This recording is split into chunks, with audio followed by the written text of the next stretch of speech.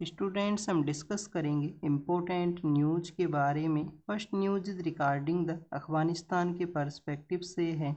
पाकिस्तान का जो मिलिट्री है उनके द्वारा अफगानिस्तान के वहाँ पे अटैक किया गया, जिसमें हॉस्पिटल का जो इंफ्रास्ट्रक्चर है उसको डैमेज हुआ है।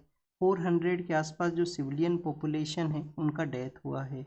जब भी स्टूडेंट्स कोई दो कंट्री हैं जो कन्फ्लिक्ट सिचुएशन में है, वॉर का सिचुएशन में है, तो उस दौरान में भी आप देखिए कि उनके द्वारा जो सिविलियन पॉपुलेशन है उसको टारगेट है वो नहीं करना चाहिए। One kind of ethical guideline है, ये एग्जिस्ट करता है।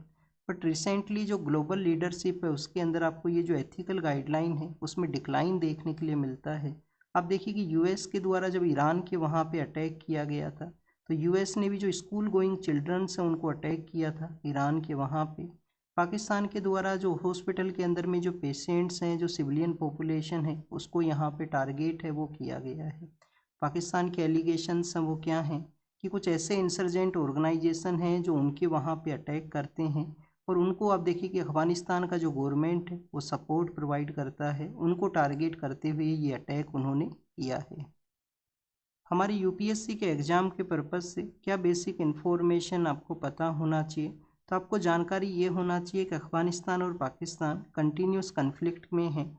क्या ऐसे रीजन्स हैं जिसकी वजह से बोथ कंट्रीज़ में ये जो कन्फ्लिक्ट है वो कंटिन्यूस आपको देखने के लिए मिलता है। तो इसके बिहाइंड में एक एक जो इवेंट है उसके बारे में आपको पता होना चाहिए। 2021 के समय में आप देखिए कि यूएस का जो फोर्स है वो अफ़गानिस्तान के वहाँ से विड्रोवल को कैरी आउट करते हैं, और यूएस की फोर्स के द्वारा जब विड्रोवल किया गया तो वहाँ पे तालिबान ने जो पावर है उसको कैप्चर किया। तालिबान उस समय में आप देखिए कि यूएन का जो प्लेटफॉर्म है वहाँ पे एक टेररिस्ट ऑर्गेनाइजेशन के रूप से डेजिग्नेट था। काफ़ी सारी कंट्रीज़ के द्वारा तालिबान को बैन भी किया गया था। तो अब सपोज कीजिए एक ऑर्गेनाइजेशन है जिसको काफ़ी सारी कंट्रीज़ ने बैन किया है यूएन के प्लेटफॉर्म के ऊपर में, वो टेररिस्ट ऑर्गेनाइजेशन है, और उस ऑर्गेनाइजेशन ने कम्प्लीटली जो कंट्री है उसको टेक ओवर है वो कर लिया है, वहाँ पे पावर है उसको कैप्चर किया है। तो इस तरीके से कोई रेडिकल ऑर्गेनाइजेशन है जो other other part of the world के अंदर में ऑपरेट करता है, तो उनके लिए तो वन काइंड ऑफ मोटिवेशन का रोल है वो ये प्ले करेगा कि वो भी कभी ना कभी पावर को कैप्चर है वो करेंगे कंटिन्यूस स्ट्रगल के थ्रू में, जैसे तालिबान ने किया है। तो ऐसे ही कुछ ऑर्गेनाइजेशन हैं जो पाकिस्तान के वहाँ पे ऑपरेट करते हैं। एक ऑर्गेनाइजेशन का नाम है तहरीक तालिबान पाकिस्तान, तहरीक तालिबान पाकिस्तान। अदर ऑर्गेनाइजेशन का नाम है तहरीक लब्बैक पाकिस्तान। तो आप देखिए कि सेम आइडियोलॉजी के ऊपर में वर्क करने के रिगार्डिंग सेम जो प्रोसेस है वो आपको यहाँ इनका मिलता है, और इनको ही पाकिस्तान अथॉरिटी है वो टारगेट करता है। क्या किसी अदर कंट्री के वहाँ पे भी ऐसे ही जो रेडिकल ऑर्गेनाइजेशन है जिन्होंने पावर को कैप्चर किया है, जो पहले बैन ऑर्गेनाइजेशन था जिसको बाद में जो ग्लोबल कंट्रीज हैं उन्होंने रिकॉग्नाइज भी किया है। तो आप देखिए कि सीरिया के वहाँ पे हम रीड करते हैं कि सीरिया के वहाँ पे एक एचटीएस नाम का एक ऑर्गेनाइजेशन था जिसको कि ग्लोबल प्लेटफॉर्म्स के वहाँ पे एज ए टेररिस्ट ऑर्गेनाइजेशन के रूप से बैन है वो किया गया था।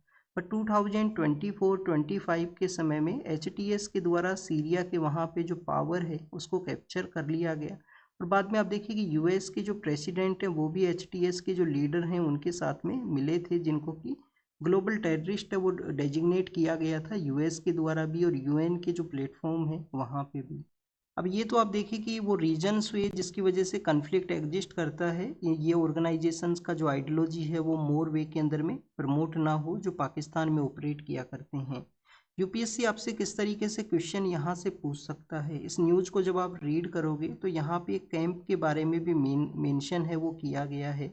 कैंप का जो नाम है वो है फ्यूनिक्स कैंप, फ्यूनिक्स है या फिनिक्स है। तो आप देखिए कि कैंप फ्योनिक्स से ऐसा जो नेम है वो आप मॉडर्न इंडियन हिस्ट्री के अंदर में भी रीड करते हो। जब हमारे जो एम के गांधी हैं वो अफ्रीका के अंदर में हुआ करते हैं, तो 1904 के समय में उनके द्वारा फिनिक्स फार्म है उनको सेटअप किया गया था अफ्रीका के वहाँ पे, जिससे कि वो इंडियन इंडियन जो कम्युनिटी के जो लोग हैं उनको यूनाइट कर सकें, उनके राइट्स के रिगार्डिंग में उनको अवेयर हैं वो कर सकें। स्टूडेंट जब एम के गांधी 1915 के समय इंडिया को रिटर्न करते हैं, कौन सा वो डे है, 9 जनवरी का डे है, जिसकी मेमोरी में हम प्रवासी भारतीय दिवस है उसको सेलिब्रेट करते हैं। तो आप देखिए कि इंडिया में वापस आने के बाद में भी उन्होंने साबरमती आश्रम है उसको सेटअप है वो किया था, और डांडी मार्च के बाद में जो जो वर्धा का जो एरिया है महाराष्ट्र के अंदर में, वहाँ पे उन्होंने सेवाग्राम नाम का एक अदर आश्रम है वो भी बनाया था। अल्टीमेट पर्पज़ है वो क्या था? अल्टीमेट पर्पज़ यही था कि उन इंस्टीट्यूशंस के थ्रू लोगों को वो यूनाइट कर सकें, एक आइडियोलॉजी है उसको प्रमोट कर सकें, जिससे कि यहाँ पे नॉन वायलेंस के रूप से, और जो अदर टूल्स हैं जैसे सत्याग्रह का टूल है, सिविल डिसोबीडियंस का जो टूल है, उसके थ्रू जो फ्रीडम है उसको अचीव किया जा सके। तो जो एम के गांधी ने ये जो फिनिक्स फार्म को जो सेटअप किया था, ये किससे इंस्पायर होते हुए उन्होंने इसको सेटअप किया था? क्या टोल्स्टॉय से इंस्पायर होते हुए इसको सेटअप किया या किसी अदर पर्सनैलिटी से? ये आप कमेंट सेक्शन के अंदर बताना, ये आपका होमवर्क है। इस न्यूज़ के अंदर में भी ऐसे जो कैंप है उनको मेंशन किया गया है जहाँ पे ये अटैक हुआ है, उसके नियर बाई एरियाज़ के अंदर में। नेक्स्ट अगर हम बात करें, यूपीएससी ने आपसे 2022 का जो प्रीलिम्स था उसके अंदर में एक क्वेश्चन पूछा था। यूपीएससी ने क्वेश्चन ये पूछा था कि कुछ कंट्रीज आपको दे दिए गए थे, जैसे कि आपको एक जो कंट्री मेंशन था वो था अजरबैजान। एक जो कंट्री था वो कौन सा था स्टूडेंट्स? अजरबैजान है। अजरबैजान के अलावा आप देखिए कि जो अदर कंट्री यहाँ पे मेंशन था वो था किर्गिस्तान। किर्गिस्तान नाम का जो कंट्री है, किर्गिस्तान नाम का जो कंट्री है वो मेंशन था। फिर कुछ कंट्री थे, ताजिकिस्तान है, तुर्कमेनिस्तान है और उज्बेकिस्तान है। ताजिकिस्तान है, ताजिकिस्तान के अलावा तुर्कमेनिस्तान है और आप देखिए उज्बेकिस्तान है। अब इनमें से कौन से ऐसे कंट्री हैं जो कि अफगानिस्तान के साथ में अपना एरिया शेयर करते हैं? तो आप देखिए कि अजरबैजान है वो एरिया नहीं शेयर करता है, ये ईरान के साथ में अपना एरिया शेयर करता है। किर्गिस्तान नाम का जो कंट्री है वो भी अपना एरिया है वो नहीं शेयर करता है। ताजिकिस्तान किया करता है, तुर्कमेनिस्तान किया करता है और उज्बेकिस्तान है वो किया करता है। और इन 3 कंट्रीज़ के अलावा आप देखिए कि चाइना है वो भी अफगानिस्तान से एरिया शेयर करता है।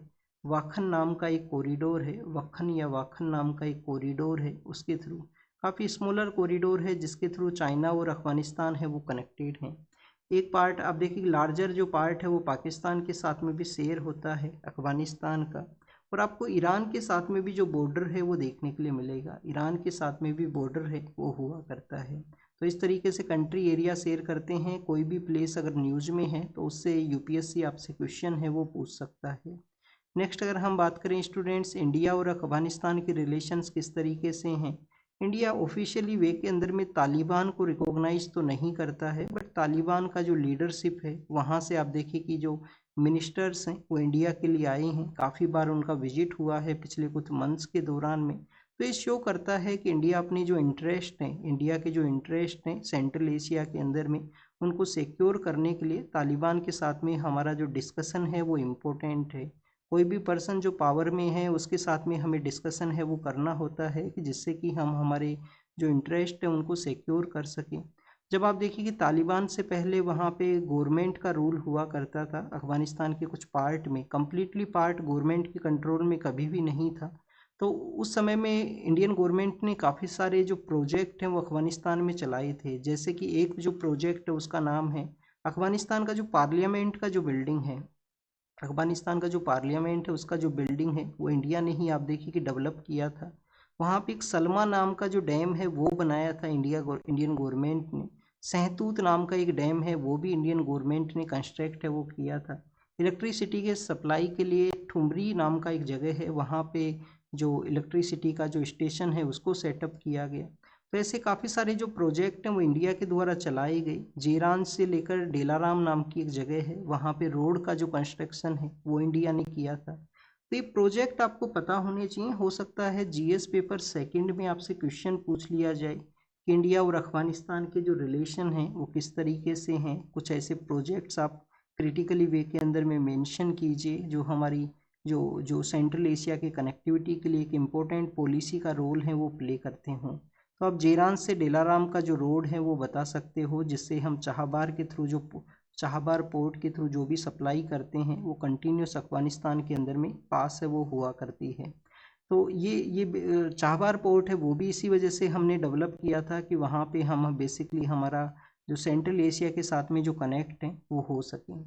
नेक्स्ट अगर हम बात करें ह्यूमैनिटेरियन पर्सपेक्टिव से भी इंडिया सपोर्ट करता है अफगानिस्तान को। कैसे? ह्यूमैनिटेरियन पर्सपेक्टिव से वहाँ के जो स्कूल गोइंग जो चिल्ड्रंस हैं उनको आप देखिए कि इंडिया के अंदर में काफ़ी सारी यूनिवर्सिटीज़ में उनको एडमिशन है वो अलाउ किया जाता है। और वहाँ के लोगों को स्किल है वो प्रोवाइड करना। तो ये अफगानिस्तान इंडिया का वन काइंड ऑफ आप देखिए कि ट्रू फ्रेंड के रूप से एग्जिस्ट करता है। बट ऑफिशियली हम तालिबान को जो रिकॉग्नाइज है वो अभी तक नहीं किए हैं। तालिबान के साथ में ऑफिशियली हमारा इंगेजमेंट है वो नहीं है। नेक्स्ट अगर हम बात करें स्टूडेंट्स, इंडिया ने इस अटैक को कैसे देखा है। इंडिया ने इस अटैक को आप देखिए कि कम्प्लीटली कंडेम किया है कि ऐसे अटैक है वो नहीं होने चाहिए। सिविलियन पॉपुलेशन को टारगेट है वो नहीं किया जाना चाहिए। स्टूडेंट्स यहाँ पे आप देखिए कि हॉस्पिटल जो है वो ड्रग के रिगार्डिंग में जो एडिक्टेड पर्सन है उनकी रिहैब के पर्सपेक्टिव से ये जो वहाँ पे हॉस्पिटल था। अब आप देखिए कि ड्रग के बारे में मेंशन हो और अफगानिस्तान के बारे में भी जब वहाँ पे मेंशन किया जाए तो आपको क्या पता होना चाहिए, आपको गोल्डन क्रिसेंट, जिसको कि हमारा ministry of home affairs present समय में डेथ क्रिसेंट के रूप से रिकॉग्नाइज करता है। तो जो पहले जिसको गोल्डन क्रिसेंट बोला करते थे, गोल्डन क्रिसेंट मीन्स कि जो आपने मून देखा होगा, मून का जो इस तरीके से जो आकार बनता है, ऐसे 3 कंट्री हैं जहाँ पे इलीगल ड्रग का जो ट्रैफिकिंग है वो हुआ करता है। और इंडिया के लिए आप देखिए कि वन काइंड ऑफ चैलेंज, ये चैलेंजिंग है ये यहाँ पे जो गोल्डन क्रिसेंट के अंदर में ये इलीगल ड्रग वाले जो कंट्री हैं उनका प्रेजेंस। कौन कौन से कंट्री हैं स्टूडेंट्स? ईरान है, अफगानिस्तान है जहाँ पे लार्जर वे के अंदर में ड्रग है जो प्रोड्यूस हुआ करती है। ईरान है, अफगानिस्तान है और पाकिस्तान है, वहाँ से जो ड्रग है वो इंडिया को आया करती है। तो गोल्डन क्रिसेंट है ये आपको पता होना चाहिए। जीएस पेपर 3rd में काफ़ी बार यूपीएससी ने क्वेश्चंस पूछे हैं इस हमारा जो इंटरनल सिक्योरिटी है उसके चैलेंज के रिगार्डिंग में।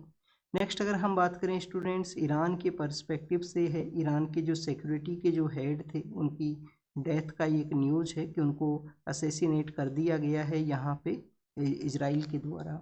अब आप देखिए कि इनिशियली ईरान के द्वारा तो उनका जो ये डेथ है उसको कंफर्म नहीं किया गया है, बट जो काफ़ी सारे सोशल मीडिया प्लेटफॉर्म्स के ऊपर में इनका जो डेथ है वो बताया गया है। एग्ज़ाम के लिए नहीं इम्पोर्टेंट है। एग्ज़ाम के लिए क्या इम्पोर्टेंट आपको पता होना चाहिए, ईरान का लोकेशन आपको पता होना चाहिए। ईरान का लोकेशन आपको इस वजह से पता होना चाहिए, कंटिन्यूस न्यूज़ में है, तो हो सकता है जैसे 2022 में यूपीएससी ने अफगानिस्तान का आपसे क्वेश्चन पूछा था, तो हो सकता है कि ईरान का क्वेश्चन आपसे पूछ लिया जाए। ईरान के साथ में कौन कौन से कंट्री हैं जो अपना एरिया शेयर करते हैं वेस्टर्न पार्ट के अंदर में, तो आप देखिए इराक नाम का जो कंट्री है वेस्टर्न पार्ट में इराक है। इराक के नॉर्दर्न पार्ट में अगर हम मूवमेंट करते हैं तो वहाँ पे टर्की है। फिर आप देखिए कि अर्मीनिया और अजरबैजान, अर्मीनिया और अजरबैजान है, वो भी अपना कुछ पार्ट हैं वो शेयर करते हैं। और अर्मेनिया अजरबैजान के बाद में स्टूडेंट्स तुर्कमेनिस्तान है, अफगानिस्तान है और पाकिस्तान है। ये ईस्टर्न पार्ट के अंदर में ईरान से अपना एरिया शेयर करते हैं। 3 इंपॉर्टेंट वाटर बॉडी हैं जो ईरान से एरिया शेयर करते हैं। नॉर्दर्न पार्ट में कैस्पियन सी है, फिर इसका जो सदर्न वेस्टर्न पार्ट है वहाँ पे पर्सियन गल्फ है, और कम्प्लीटली सदर्न पार्ट के अंदर में गल्फ ऑफ ओमान है जिसके साथ में ईरान अपना एरिया है वो शेयर किया करता है। हमारा जो ब्रिक्स नाम का जो ऑर्गेनाइजेशन है उसका भी आप देखिए कि ब्रिक्स प्लस का जो प्लेटफॉर्म 2022 में जो सेटअप हुआ था उसमें भी ईरान को जो मेंबरशिप मिला है, तो ब्रिक्स का भी ये पार्ट है। और 2026 का जो ब्रिक्स का समिट है वो इंडिया ऑर्गेनाइज करेगा, इंडिया के द्वारा ब्रिक्स का जो समिट है उसको ऑर्गेनाइज किया जाएगा। तो आप देखिए कि ईरान का इम्पोर्टेंस इस तरीके से है। हमारे ऐसे कौन से ऐसे एरियाज हैं जिसका एक्सपोर्ट हम किया करते थे या जिसका इम्पोर्टेंस था ईरान के साथ में या वेस्ट एशिया के साथ में, जिसमें डिस्टरबेंस क्रिएट हुआ है। तो अगर हम इंडिया के एक्सपोर्ट के बारे में रीड करें तो एक्सपोर्ट तो एक तो आप देखिए कि हमारा जो राइस का एक्सपोर्ट है वो लार्जर वे के अंदर में हुआ करता था इन कंट्रीज़ को, तो उसका डिस्टरबेंस हुआ है।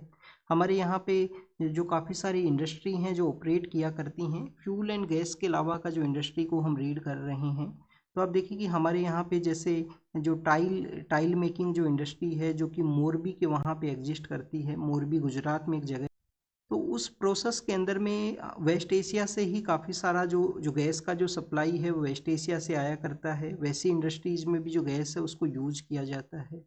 नेक्स्ट अगर हम बात करें स्टूडेंट्स, हमारे यहाँ पे मेडिकल जो टूरिज़्म है, मेडिकल टूरिज़्म में वेस्ट एशिया के लोग हैं वो काफ़ी ज़्यादा आते हैं।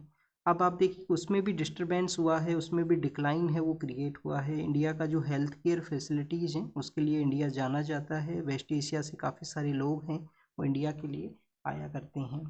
नेक्स्ट अगर हम बात करें स्टूडेंट्स, आप देखिए कि जो न्यूज़ है वो यहाँ पे आर्म्ड फोर्स का जो ट्राइब्यूनल है उसके बारे में है। अब इस न्यूज़ को हमने क्यों डिस्कशन में इंक्लूड किया है, एग्ज़ाम के लिए ज़्यादा कुछ इम्पोर्टेंट यहाँ पे नहीं है, बट ट्राइब्यूनल के बारे में मेंशन किया गया है तो इस वजह से हमने इसको इंक्लूड कर लिया।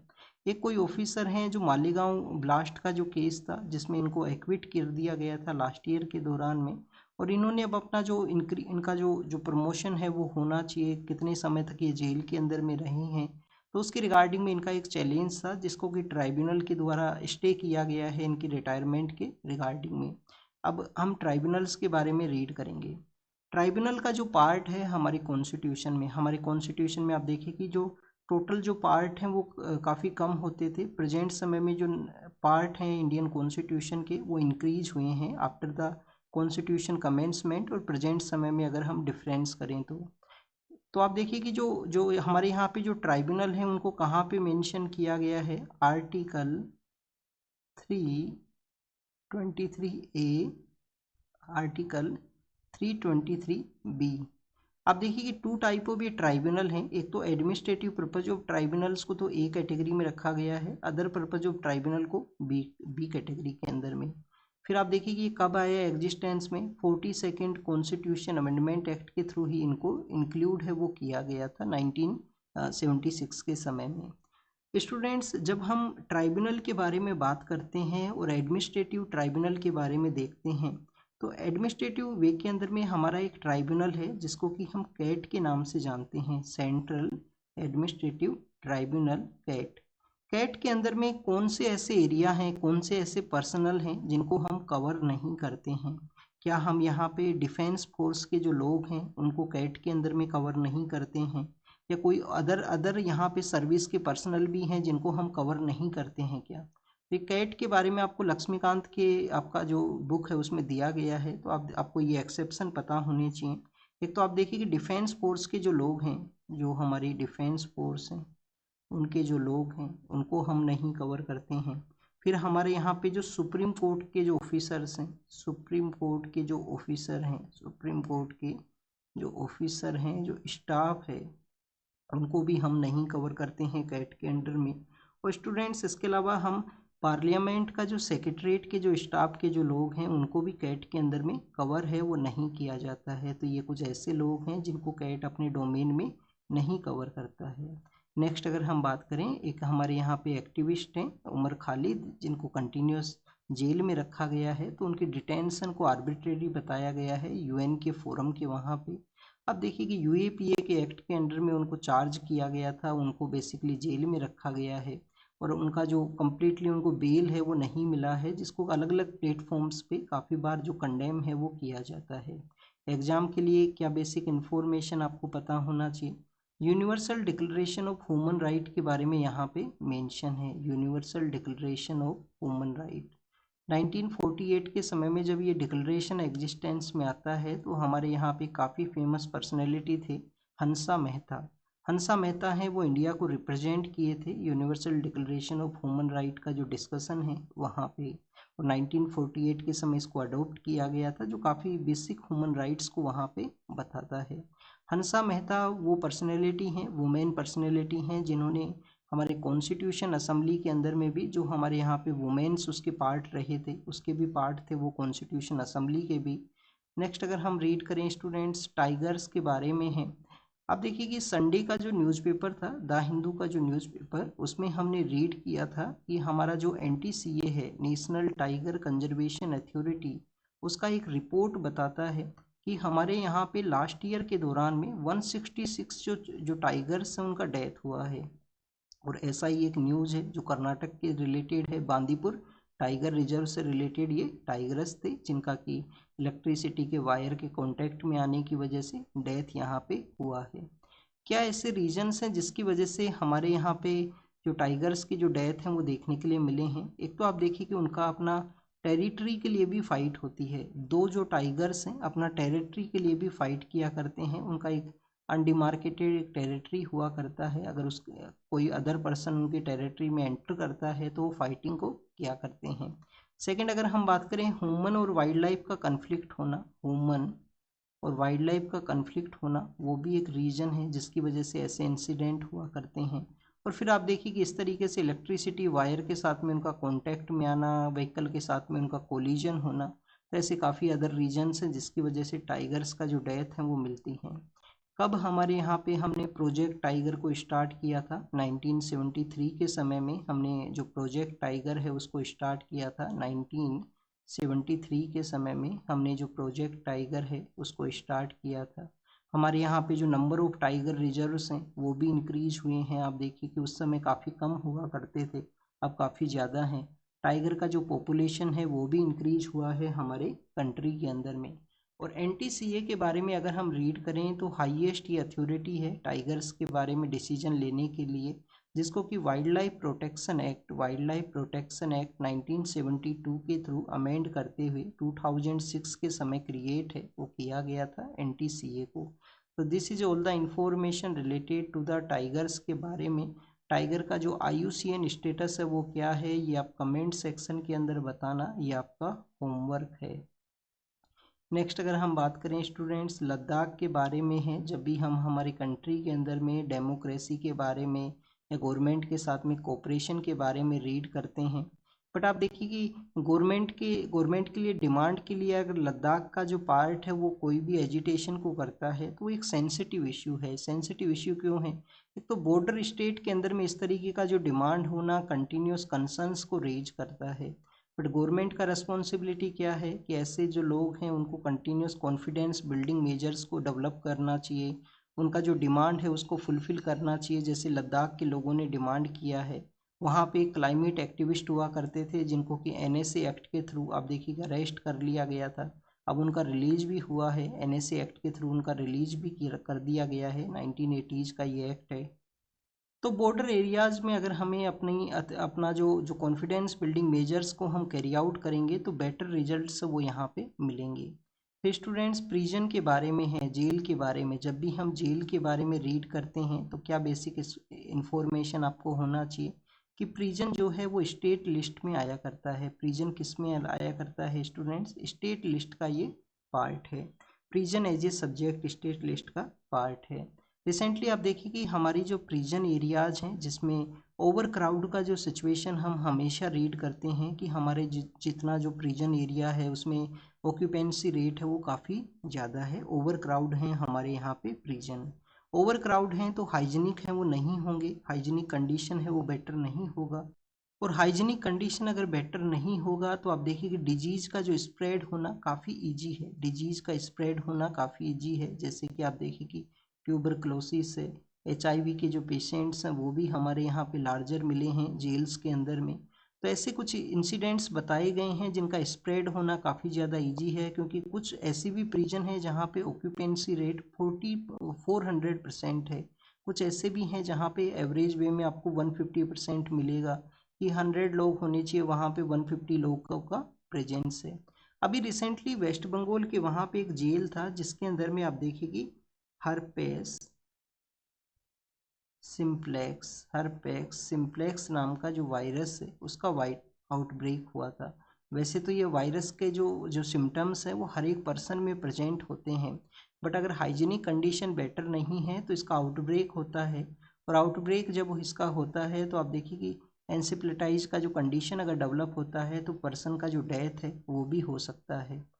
तो ये वायरस के जो केसेज वहाँ पे डिटेक्ट हुए उसका रीज़न यही था कि प्रिजन का कंडीशन है वो बेटर नहीं है। तो ये बेसिकली प्रिजन के बारे में यहाँ पे मेंशन करता है। और भी काफ़ी सारी प्रॉब्लम है प्रिजन में, नेक्सस होना, क्रिमिनल्स का नेक्सस होना, जेल अथॉरिटीज़ का नेक्सस होना, ड्रग ट्रैफिकिंग वहाँ पे एग्जिस्ट करना, क्रिमिनल्स का एक गैंग है वो ऑपरेट करना जेल से वहाँ पे। तो और भी काफ़ी सारे ऐसे इश्यूज हैं जो एग्जिस्ट किया करते हैं। नेक्स्ट अगर हम बात करें वेस्ट एशिया के बारे में है, वेस्ट एशिया की सिचुएशन के बारे में यहाँ पे मेंशन किया गया है राइटर के द्वारा जो कि डिप्लोमेट रहे हैं। तो आप देखिए कि पहले तो हम वेस्ट एशिया के बारे में देखते हैं। पिछले कुछ समय से हमारा जो इंगेजमेंट है वेस्ट एशियन कंट्रीज़ के साथ में वो इंक्रीज हुआ है। कैसे इंक्रीज हुआ है स्टूडेंट्स वेस्ट एशिया के साथ में इंगेजमेंट? तो आप देखिए कि वेस्ट एशिया में हमारा जो डिप्लोमेटिक इंगेजमेंट 15 टाइम्स इंक्रीज हुआ है। 15 टाइम्स इंक्रीज हुआ है रिसेंट ईयर्स में।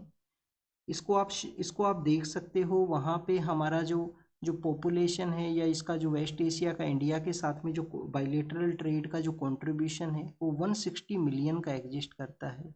160 मिलियन डॉलर के रूप से ये एग्जिस्ट करता है। सेकंड आप देखिए 10 मिलियन के आसपास इंडियन पॉपुलेशन है जो कि वेस्ट एशिया के अंदर में रहा करती है वहाँ पे जॉब अपॉर्चुनिटी के लिए। हमने गल्फ कोऑपरेशन काउंसिल है इजराइल के, वहाँ पे हमारे प्राइम मिनिस्टर का 2 टाइम्स विजिट हुआ है पिछले कुछ 10 ईयर के दौरान में। ईरान के वहाँ पे भी हमारे प्राइम मिनिस्टर गए हैं, पैलेस्टीनियन अथॉरिटी के वहाँ पे भी प्राइम मिनिस्टर गए हैं, और गल्फ कोऑपरेशन काउंसिल के कंट्रीज के वहाँ पे भी उनका विजिट हुआ है। तो ये शो करता है कि कैसे एक नया डोमेन इमर्ज हुआ है वेस्ट एशिया प्रेजेंट हमारा डिप्लोमेटिक सेक्टर के अंदर में। सेकंड आप देखिए कि यहाँ पे कुछ कंसर्न भी हैं, जो प्रेजेंट जो कंसर्न है उनके बारे में मेंशन करता है। बट इंडिया का जो ट्रेड के रिगार्डिंग में हम और भी डेवलपमेंट यहाँ पे देखें तो कम्प्रीहेंसिव इकोनॉमिक पार्टनरशिप जो एग्रीमेंट जो कि हमने यूनाइटेड अरब अमीरात के साथ में साइन की थी, यूनाइटेड अरब अमीरात के साथ में हमने कम्प्रीहेंसिव इकोनॉमिक पार्टनरशिप एग्रीमेंट को साइन किया। ऐसा ही जो डिस्कशन है वो हमारा ओमान के साथ में भी है।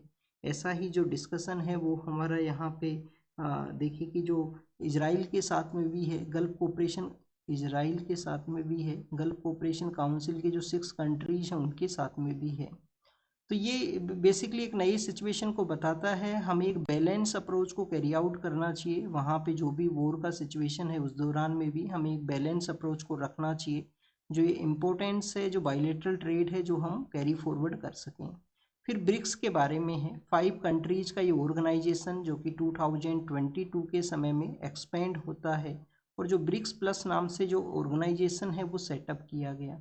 बट जो साइंटिफिक कोलोब्रेशन है वो मोस्ट इम्पोर्टेंट है ब्रिक्स कंट्रीज के अंदर में, साइंटिफिक कोलोब्रेशन है वो होना चाहिए। और 2026 का जो समिट है वो इंडिया ऑर्गेनाइज करेगा, तो इंडिया का रिस्पॉन्सिबिलिटी है कि साइंस एंड टेक्नोलॉजी के डोमेन में हम मोर यहाँ पे जो आउटपुट है उसको गेन करें, मोर पॉजिटिव जो इंस्टीट्यूशन है उसका यहाँ पे सेटअप करें इस ब्रिक्स प्लेटफॉर्म के ही वहाँ पे।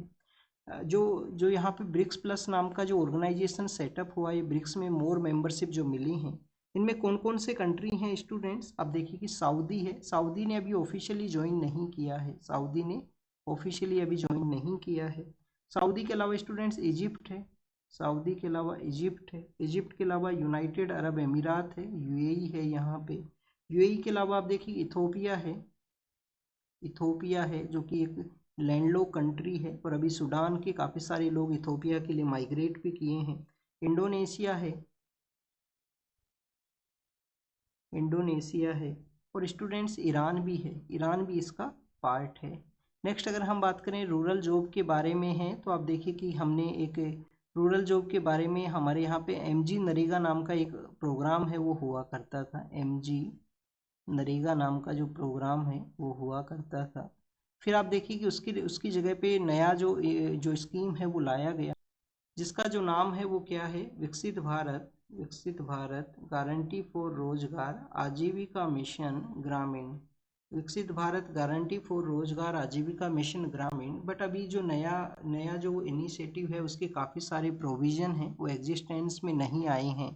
तो उसी के बारे में अपोजिशन के जो जो लोग हैं उन्होंने प्रोटेस्ट किया है कि रूरल जॉब का जो नया एक्ट है वो कम्प्लीटली फेलियर है, अभी लोगों को जॉब अपॉर्चुनिटी है वो नहीं मिली है। किस मिनिस्ट्री के अंडर में आएगा? Ministry of Panchayati Raj, ministry of rural development, ministry of, आप देखिए कि यहाँ पे जो एम्प्लॉयमेंट का जो मिनिस्ट्री है, एम्प्लॉयमेंट मिनिस्ट्री मीन्स आप यहाँ पे लेबर को ऐड इंक्लूड कर सकते हो, तो किस मिनिस्ट्री में आएगा? ये आएगा student ministry of rural development, ministry of rural development में। तो ये आपको बेसिक ज़रूर से पता होना चाहिए। फिर आप देखिए कि हमारे यहाँ पे जो मिजोरम का एरिया है वहाँ पे बेसिकली यूएस के जो कुछ सिटीजन्स हैं और यूक्रेनियन कुछ सिटीजन हैं वो वहाँ पे मिले हैं, एनआईए ने उनको अरेस्ट किया है। तो आप देखिए कि उनका ऐसी जगह पे प्रेजेंस होना काफ़ी ज़्यादा जो कंसर्न है उसको रेज करता है। ऑलरेडी हमारा जो मणिपुर है वो सेंसिटिव एरिया है, वहाँ पे अभी जो कम्प्लीटली जो पीस है वो नहीं इस्टेब्लिश हुआ है मणिपुर के अंदर में। और मिजोरम के अंदर में ऐसे जो जो फॉरेन नेशनल्स हैं उनका प्रेजेंस होना, जहाँ पे परमिट का रिक्वायरमेंट होता है अगर किसी पर्सन को वहाँ पे जाना है। नेक्स्ट अगर हम बात करें स्टूडेंट्स, मैटरनिटी का जो एक्ट है उसके बारे में है। अब आप देखिए कि सुप्रीम कोर्ट ने कहा है कि कोई भी जो वुमेन है, वुमेन के द्वारा अगर किसी को अडॉप्ट किया जाता है तो उनको 12 वीक का जो पेड लीव है वो यहाँ पे मिलना चाहिए। 12 वीक का जो पेड लीव है वो उनको मिलना चाहिए। एक रूल लाने का कोशिश किया गया था कि अगर 3 मंथ से बिलो का, अगर कोई 3 मंथ से अबाउ का कोई यहाँ पे जो चिल्ड्रन है, चिल्ड्रन का जो एज है 3 मंथ से अबाउ है, तो आप देखिए कि उस दौरान में उनको ये जो बेनिफिट है वो काफ़ी कम मिलेगा, जिसको सुप्रीम कोर्ट ने डिक्लाइन किया है और कहा है कि 12 वीक का यहाँ पे जो पेड लीव है वो आपको दिया जाना चाहिए। मैटरनिटी बेनिफिट एक्ट के कुछ प्रोविजंस यहाँ पे हम देखेंगे। कब आया था maternity benefit act? Maternity benefit act वो आता है 1961 के समय में, बट इसको अमेंड कब किया गया? 2017 में इसको अमेंड किया गया। 2017 में इसको अमेंड कर दिया गया। यहाँ पे जो आप देखिए कि कुछ बेनिफिट दिए गए, जैसे कि 26 वीक्स का जो पेड लीव है वो दिया जाएगा किसी भी महिला को, उनके जो फर्स्ट 2 चिल्ड्रंस हैं उनके समय में, अगर उनके द्वारा जो फर्स्ट 2 चिल्ड्रंस हैं उन समय में उनको पेड लीव का जो 26 वीक का बेनिफिट रहेगा, जिसमें 8 वीक का जो लीव है, 8 वीक का जो लीव है वो प्री नेटल कॉन्सेप्ट में रहेंगी कि प्रेगनेंसी का जो इनिशियल पार्ट है उसमें उनको 8 वीक का जो लीव्स हैं वो दिए जाएंगे। पर आप देखिए कि बाद में भी चिल्ड्रन का केयरिंग के लिए जो क्रैचे है, जो झूला है, उसके रिगार्डिंग में ये प्रोविजंस को एग्जिस्ट करता है। 2 चिल्ड्रंस के बाद में ये जो लीव्स हैं वो 12 वीक्स के अराउंड रहेंगी। 2 चिल्ड्रंस के यहाँ पे बर्थ के बाद में अगर नया जो चिल्ड्रन होता है, थर्ड नंबर ऑफ चिल्ड्रन, तो 12 वीक्स तक यहाँ पे जो लीव्स हैं वो यहाँ पे दी जाएंगी। तो बेसिकली ऑर्गेनाइजेशंस के ऊपर में अप्लाई होता है। 2019 का जो प्रीलिम्स का पेपर था उसमें यूपीएससी ने क्वेश्चन पूछ लिया था आपसे, प्री नेटल के बारे में भी क्वेश्चन था कि कितने वीक पहले तक का लीव्स मिलेगा प्रेगनेंसी से, जो यहाँ पहले तो 8 वीक्स का ये जो लीव्स है वो मिलेगा। जो हमारे क्लाइमेट एक्टिविस्ट हैं जिनको रिलीज किया गया है, उन्होंने पीपल्स के साथ में गवर्नमेंट के एंगेजमेंट के बारे में यहाँ पे कहा है। फिर आप देखिए कि जो एक पेटिशन फाइल हुआ था कि जो डिफेंस फोर्स का जो विंग है वहाँ पे कोई कैंटीन ऑपरेट करती है, तो क्या वो जो कैंटीन है उसको हम बेसिकली इंडस्ट्री के पार्ट के रूप से कैलकुलेट करेंगे? तो इंडस्ट्री का जो डेफिनेशन है, हमारा जो इंडस्ट्रियल डिस्प्यूट एक्ट है उसके थ्रू जो इंडस्ट्री का जो डेफिनेशन है उसको एग्जामिन किया जाएगा सुप्रीम कोर्ट का जो 9 जज का जो बेंच है उनके द्वारा। तो इंडस्ट्री के जो टर्म है उसके एग्जामिन के बारे में है, सुप्रीम कोर्ट का पेटिशन है ये यहाँ पे। एलपीजी का जिस तरीके से प्रॉब्लम क्रिएट हुआ, तो एलपीजी का हमने जो डोमेस्टिक प्रोडक्शन है उसको इंक्रीज किया है। 38% तक हमारा जो इनफॉर्मल सेक्टर्स के अंदर में जो डोमेस्टिक प्रोडक्शन है वो यहाँ पे बूस्ट हुआ है। फिर आप देखिए कि नीति आयोग का एक यहाँ पे रिपोर्ट के बारे में है, कुछ यहाँ पे जो मेंशन किया गया है वो गैस पाइपलाइन के बारे में है। गैस पाइपलाइन हमारे यहाँ पे कंट्री में काफ़ी सारी एग्जिस्ट करते हैं, उसी के बारे में सेंटर एंड यूटीज को, सेंटर का सॉरी स्टेट्स एंड यूटीज को सेंटर का कुछ डायरेक्शन है।